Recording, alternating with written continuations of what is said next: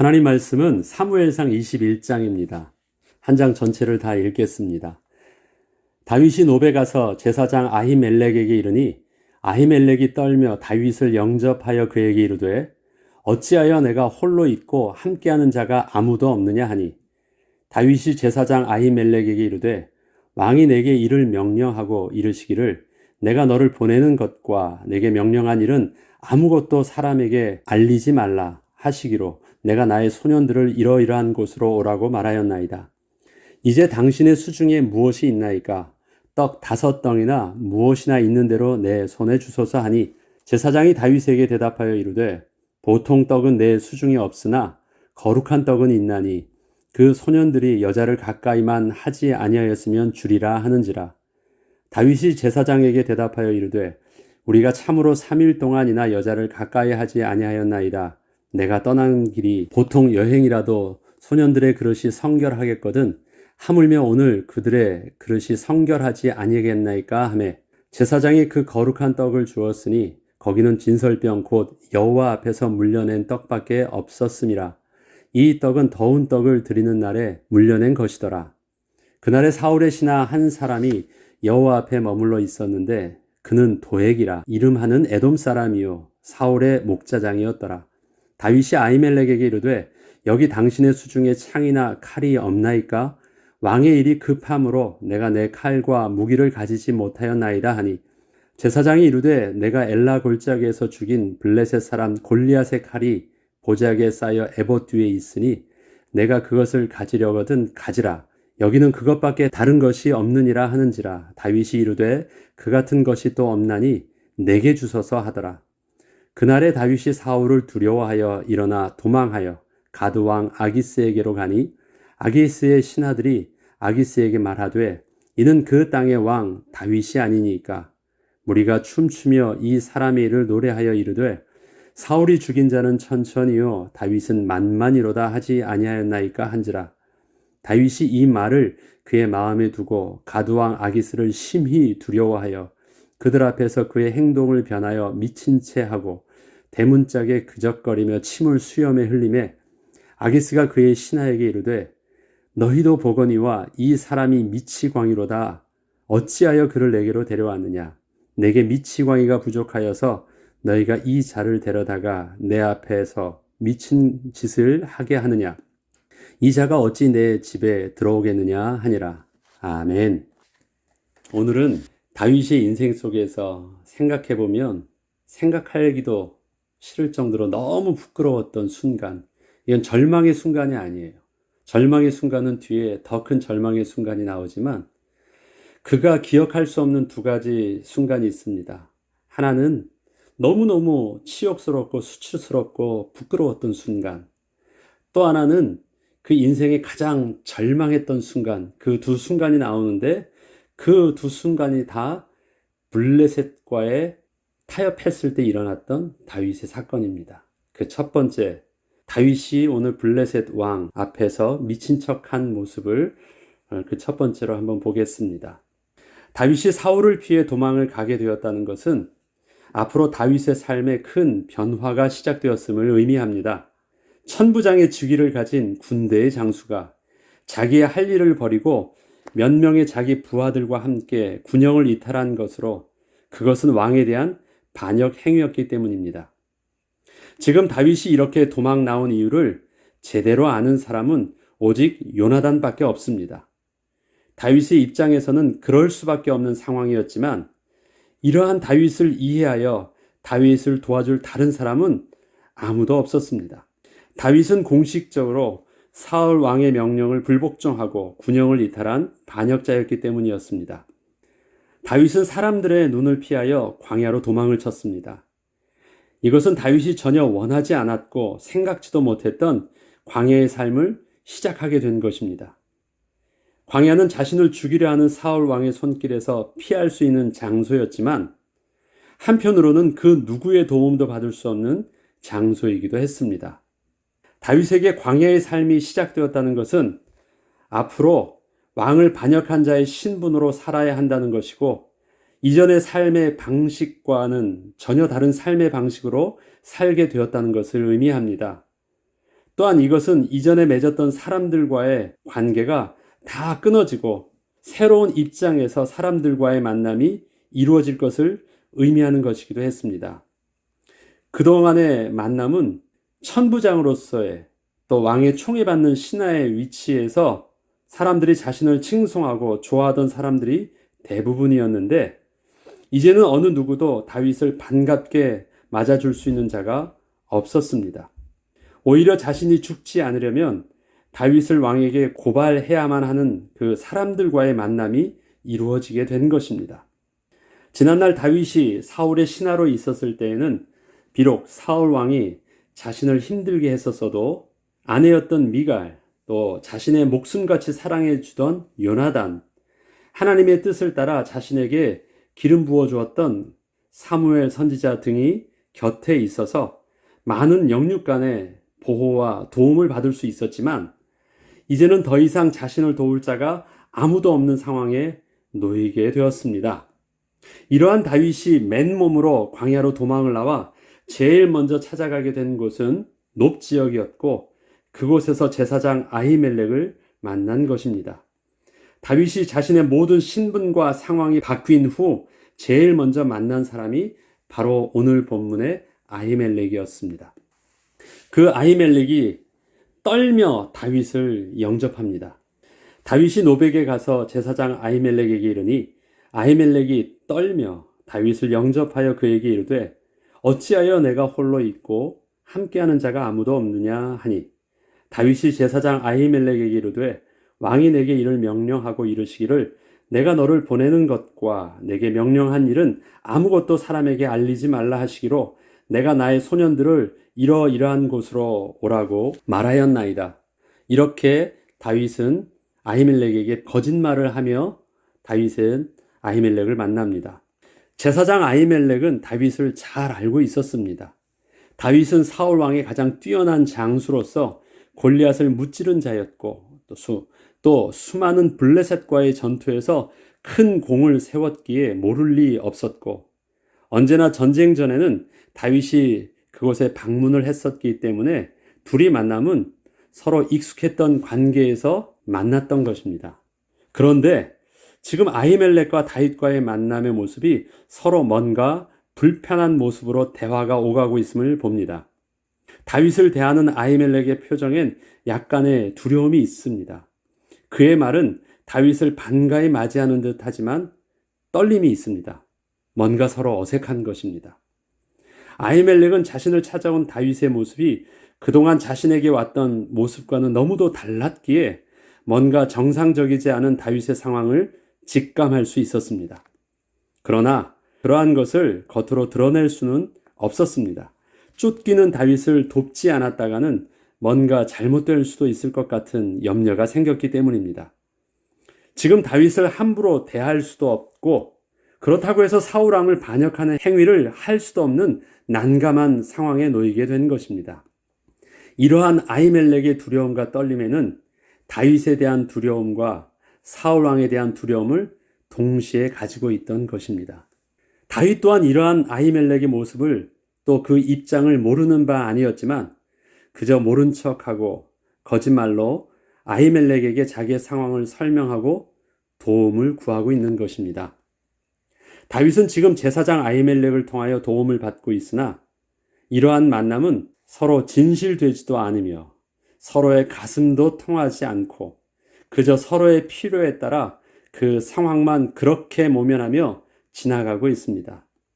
지금 이 둘은 한편으로는 제사장의 신분이고 또 한편으로는 하나님을 그 누구보다도 귀히 여겼던 하나님의 마음에 합한 사람 다윗과의 만남인데, 지금 이 둘 사이의 만남에는 하나님이 안 계십니다. 그리고 지금 이 상황을 보고 있던 사람이 또 한 명이 있었는데 그에 대한 이야기는 또 다음 장에 나오니까 자세히 하기로 하겠습니다. 그는 사울 왕의 목자장이었던 에돔 사람 도액이었습니다. 그는 에돔 사람이면서도 사울 왕의 양을 담당하는 중요한 직책을 맡고 있었습니다. 그는 무슨 이유에서인지 성전에 머물러 있다가 이 둘의 대화를 엿듣게 되었고, 아히멜렉이 다윗에게 떡과 또 그 칼을 주는 것을 목격하게 되면서 그 사실을 결국 사울에게 고발하게 됩니다. 이것이 큰 비극의 사건이 되는 것입니다. 여기에 당신의 수중에 칼이 없나이까?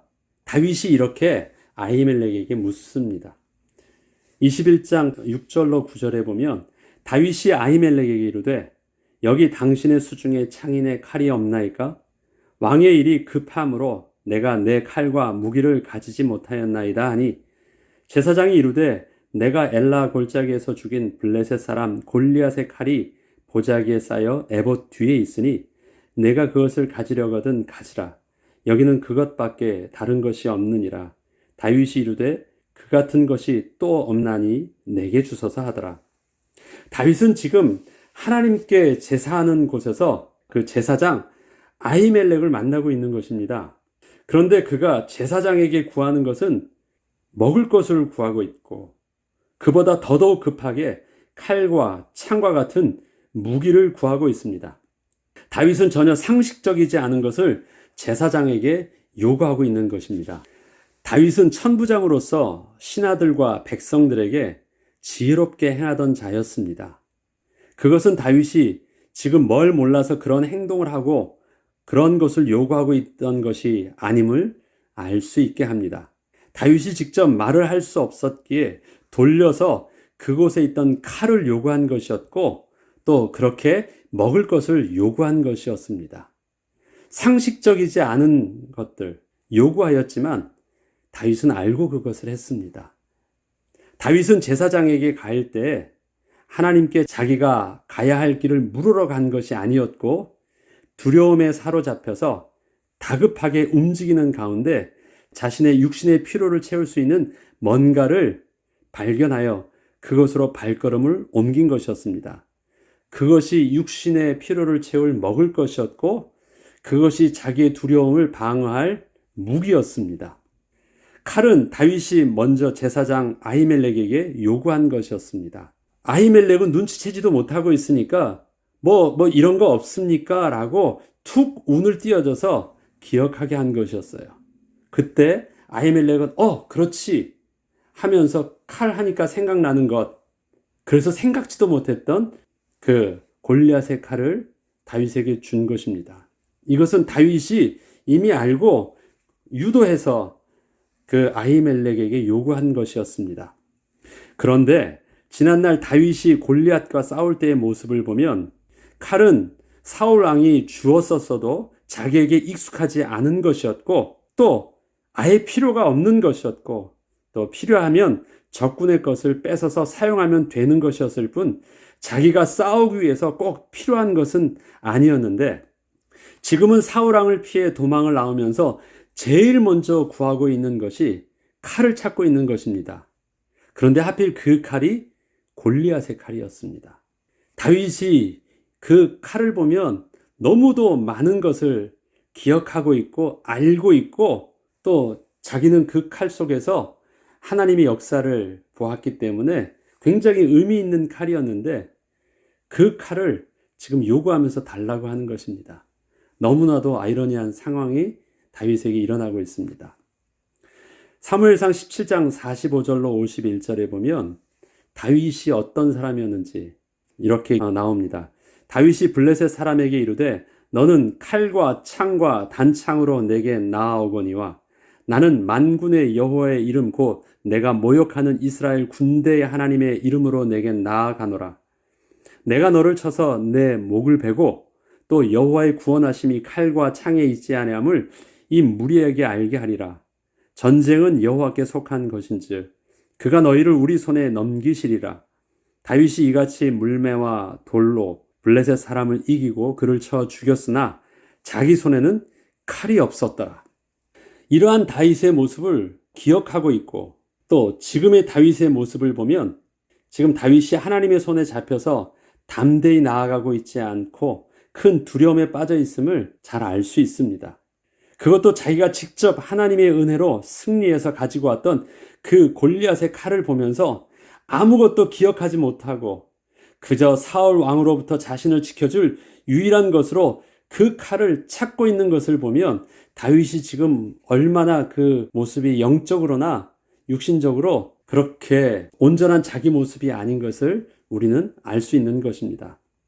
사실 그 칼은 너무 크고 무거운 것이라 다윗이 사용하기에는 전혀 맞지도 않는 것이었음에도 불구하고 다윗은 너무도 다급한 나머지 그런 칼마저도 너무 반갑게 의지하며 광야로 도망을 가려 하는 것입니다. 사무엘상 21장 9절에 보면 그 칼에 대해서 다윗이 이렇게 말합니다. 제사장이 이르되 내가 엘라 골짜기에서 죽인 그 블레셋 사람 골리앗의 칼이 보자기에 쌓여 에봇 뒤에 있으니 내가 그것을 가지려거든 가지라. 여기는 그것밖에 다른 것이 없느니라 하는지라. 다윗이 이르되 그 같은 것이 또 없나니 내게 주소서 하더라. 이게 말이 됩니까? 그거면 내게 딱 좋습니다. 맞지 않는 칼이에요. 골리앗의 칼이었고 그에게 있어서 하나님의 영광을 가리우는 칼이었고 또 자기의 손에 맞지도 않는 너무나도 크고 무거운 칼이었는데 쓰지도 못하는 칼인데 그거라도 좋다고 붙잡으려고 하는 다윗의 모습을 보면 지금 다윗의 상태가 얼마나 영적으로나 그 심리적으로 다운되어 있는지 잘 알 수 있습니다. 이렇듯 다윗의 광야로의 출발은 그렇게 당황스럽고 두려움으로 가득 찬 출발이었습니다. 이게 지금 다윗이 드디어 광야에서의 사울에게 쫓기는 출발의 시작이거든요. 시작이 아름답지가 못합니다.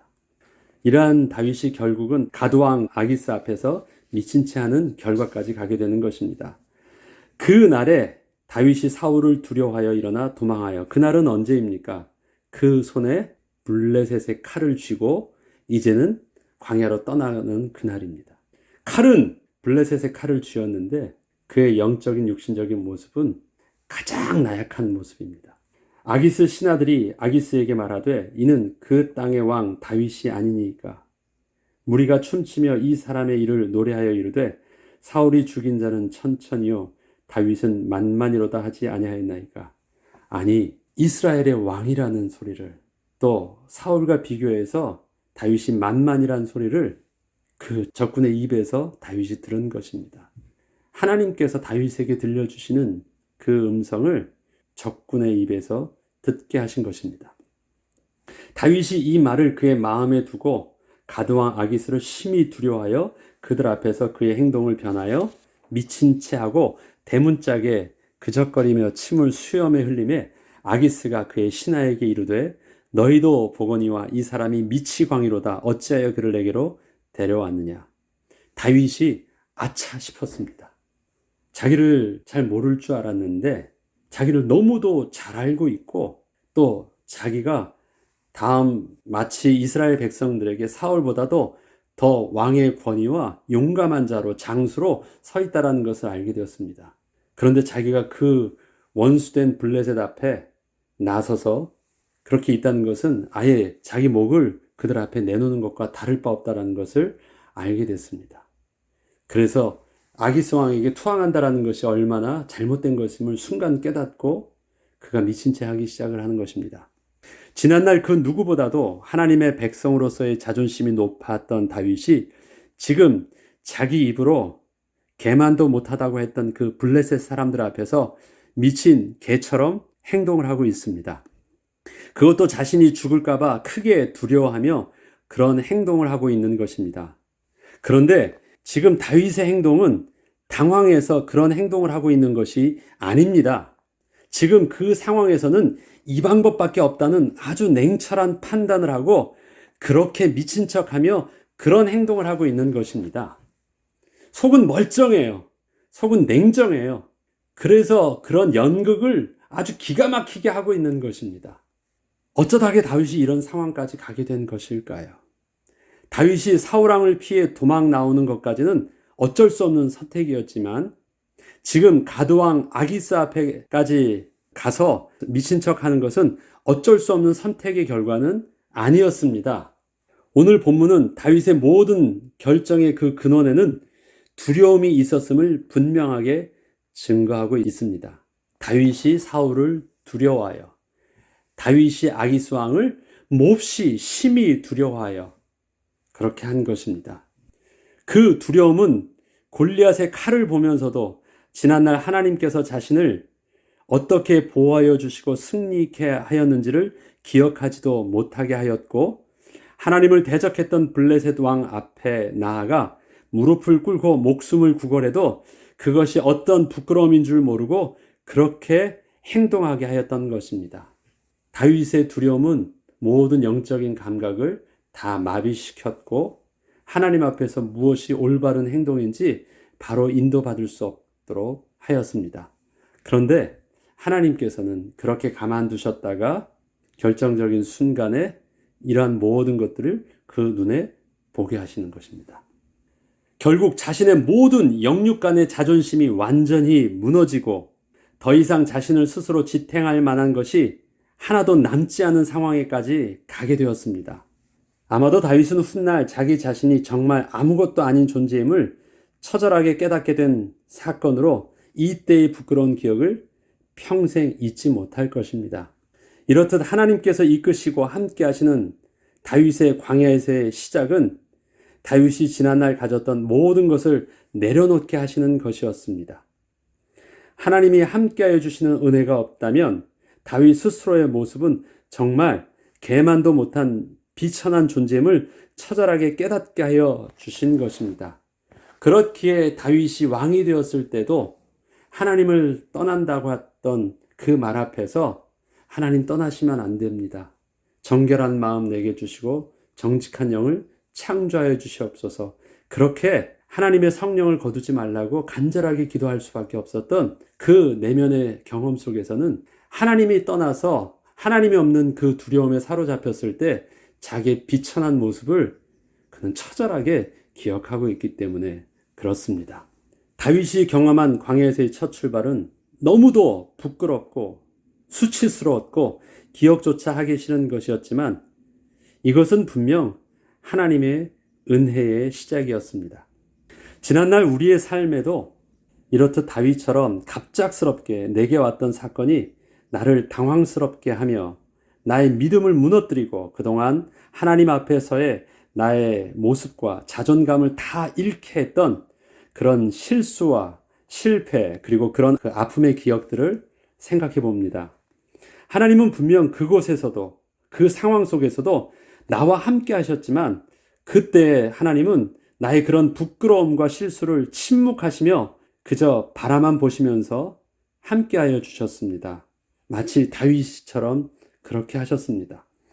그리고 그때의 그 부끄러움과 아픔은 오늘을 사는 나에게 하나님의 은혜를 더더욱 잊지 않고 하나님을 경외함으로 서게 하는 은혜의 방편이 되게 하셨음을 또 되돌아보면서 우리는 정직하게 하나님 앞에 고백을 합니다.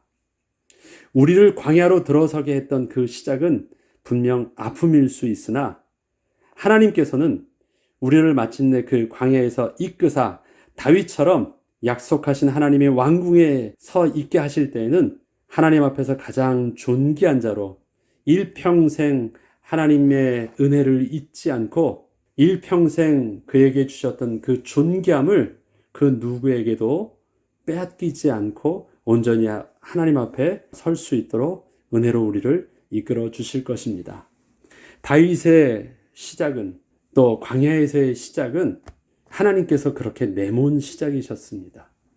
나름대로 그 광야의 시작을 맘먹고 다윗은 지난날의 자기의 용감함과 자기의 지혜와 자기의 모든 것을 가지고 한번 해보려고 했습니다. 그래서 했었던 그의 수준은 먹을 것을 구하는 것이었고 칼 하나 손에 쥐는 것이었습니다. 그런데 그것은 다윗에게 있어서 너무나도 부끄러운 것이 되었습니다. 그가 할 수 있는 지혜로운 그 정치력은 또 이방 나라 왕에게 가서 그렇게 투항해서 목숨을 구걸하는 것이었습니다. 그러나 인간적인 그 생각들이 얼마나 미련한 것인지는 하나님께서 가만히 두셨다가 그 현장 속에서 다윗에게 경험하게 하셨습니다. 그런데 다윗의 이러한 경험은 이것 한 번으로 끝나지 않습니다. 여러 번에 걸쳐서 그렇게 반복적으로 합니다. 사실 이 처음보다는 그런 수위가 점점 낮아졌지만 다윗이 이렇게 타협하는 연약한 순간들을 몇 번 겪었고 그때마다 하나님께서는 도우셔서 다윗을 정말 온전한 자가 되기까지, 다시는 하나님 외에는 의지하는 것이 없어야 되겠다고 그가 결정하기까지는 반복적인 여러 번의 또 과정을 진행하게 됩니다. 우리의 인생 속에서 하나님께서 주셨던 그 부끄러움들, 지금 돌이키면 너무 부끄럽고 수치스럽기도 하고 또 마음이 아픈 여러 가지 일들이 저와 여러분에게 분명히 있을 수 있습니다. 그러나 하나님께서는 분명히 우리의 삶 속에 그때도 함께 하셔서 그 일들을 우리가 겪게 하시고 복게 하셨습니다. 그리고 내가 아무것도 아닌 존재임을 처절로 깨닫게 하셨습니다. 하나님은 나를 무너뜨리는 게 목적이 아니시고 내가 누군지를 제대로 알고 하나님의 은혜 가운데 함께 하기를 원하시는 것입니다. 더더욱 하나님 앞에서 우리에게 주셨던 은혜를 붙잡고 겸손히 하나님이 이제는 우리를 이끄시는 그 광야의 삶 속에서 주의 인도하심을 따라 하나님이 마침내 우리를 세우시기까지 온전한 인도받는 저와 여러분 되길 주의 이름으로 축복합니다. 기도하겠습니다. 하나님 아버지, 다윗을 하나님 마음에 합한 자로 부르셨고 다윗을 왕되기까지 그렇게 하나님을 믿는 그 영적 자존심을 온전히 세워주셨었는데, 그러한 다윗이 이제는 하나님의 백성으로서의 모든 자존감과 자존심을 다 내어놓게 하시고 너무도 부끄럽고 수치스럽게 다윗을 몰아붙이시고 그 현장 속에 있게 하신 모습을 바라봅니다. 다윗은 이 모든 것들이 자기만의 하나님을 향한 특별한 마음인 줄 알았는데, 하나님께서 은혜를 주지 아니하시면 아무것도 아닌 자신의 모습을, 하나님이 함께하여 주지 아니하시면 아무것도 할 수 없는 자신의 모습을 처절히 깨닫게 해주시는 하나님의 은혜의 방편이었음을 또한 바라봅니다. 우리의 삶 속에서도 우리의 아픔 속에서 하나님의 신실하심과 선하신 하나님의 계획과 하나님의 은혜를 바라볼 수 있는 믿음의 눈을 열어주시고 감당할 수 있는 은혜 가운데 온전히 인도받게 하셔서 마침내 주님이 우리를 거룩한 주의 백성으로 온전히 세우실 때 하나님의 영광 가운데 설 수 있도록 인도하여 주시옵소서. 이번 한 주간도 계속되어지는 광야 같은 삶 속에서 여호와는 나의 목자시니 내가 부족함이 없습니다를 고백할 수 있는 은혜의 삶을 누리게 하여 주옵소서. 감사드리며 우리 주 예수 그리스도 이름으로 기도합니다. 아멘.